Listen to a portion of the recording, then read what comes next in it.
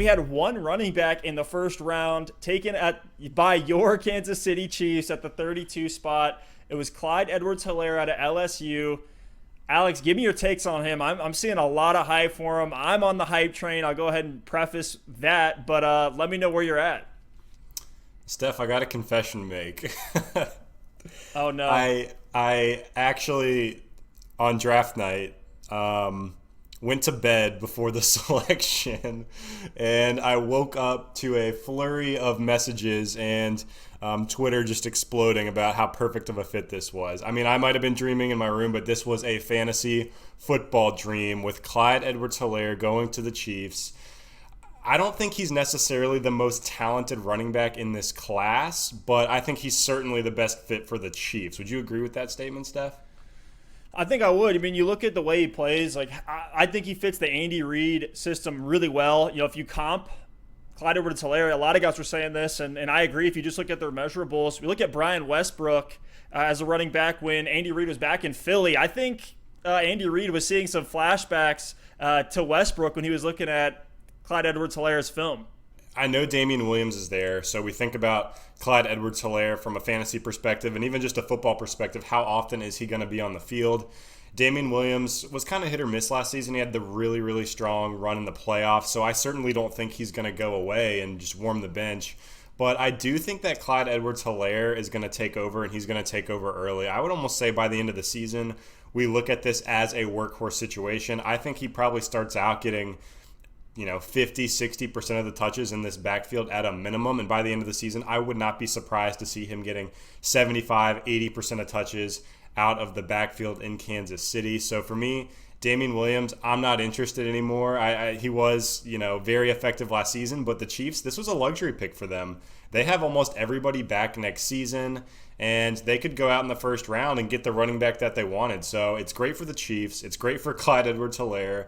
It's great for fantasy football players everywhere because it's another elite running back thrown into the mix. Yeah, I think CEH starts out in a 1A, 1B situation and then quickly takes over as the, definite one by the end of the year. If he's productive, I don't see why. Like, if he's running at 5 yards a carry, even 4.5 yards per carry, like, I don't see why they're not giving Helaire the ball 200 times next season. And, right, like, if you think that he's going to be talented, then he's probably going to get the ball a ton. I don't think Andy Reid's going to – he's not like a guy who wants to have an RBBC like Doug Peterson from the Eagles. Like, he wants to have that workhorse, and I think he found his guy.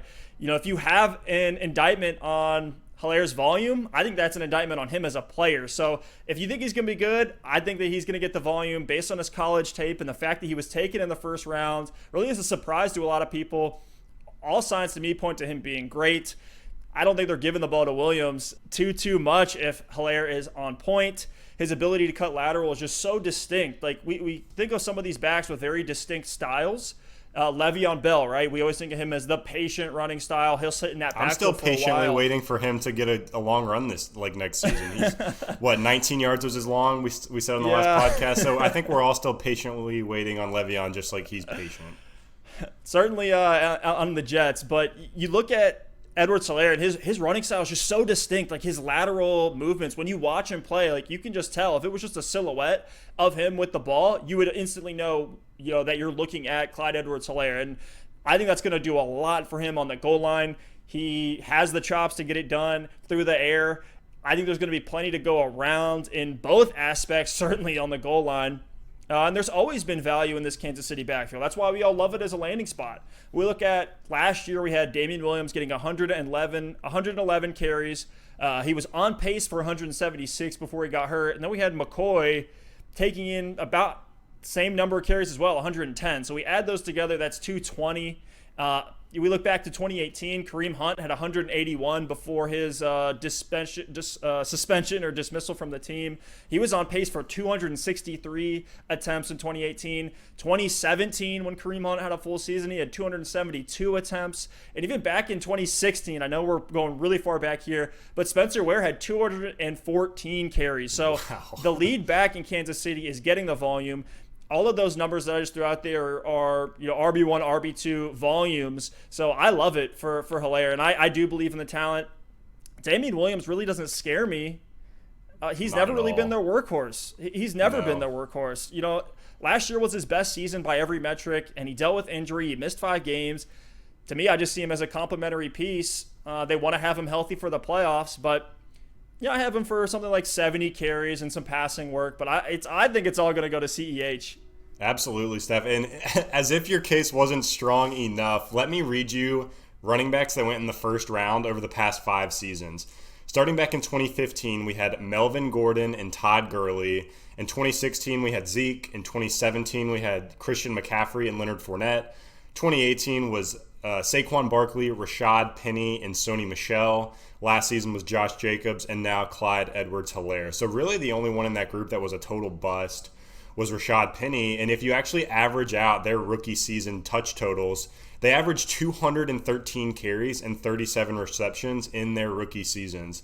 So, the draft capital is there for the Chiefs. If history tells us anything, it's that if they spent that first round pick on Clyde Edwards-Helaire, they are certainly going to use him. And you just laid out the history for the Chiefs and that they love using that feature back. So, Steph, I think all signs point to Clyde Edwards-Helaire being locked and loaded as an RB1 in 2020. And he's a guy, even in Dynasty, I'd be thrilled to get him early and have him as my RB1 for years to come.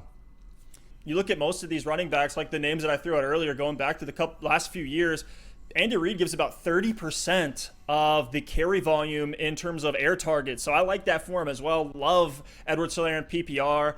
Either way, I have him right at the cusp, bottom end of RB1 as a Kansas City Chiefs running back should be in this era. So I'm with you there. I think we're in agreement.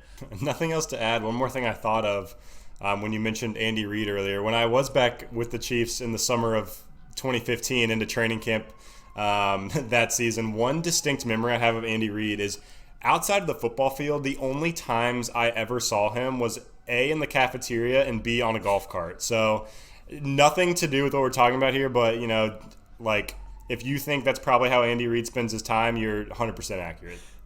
Now, was he in Hawaiian shirts in all of those appearances?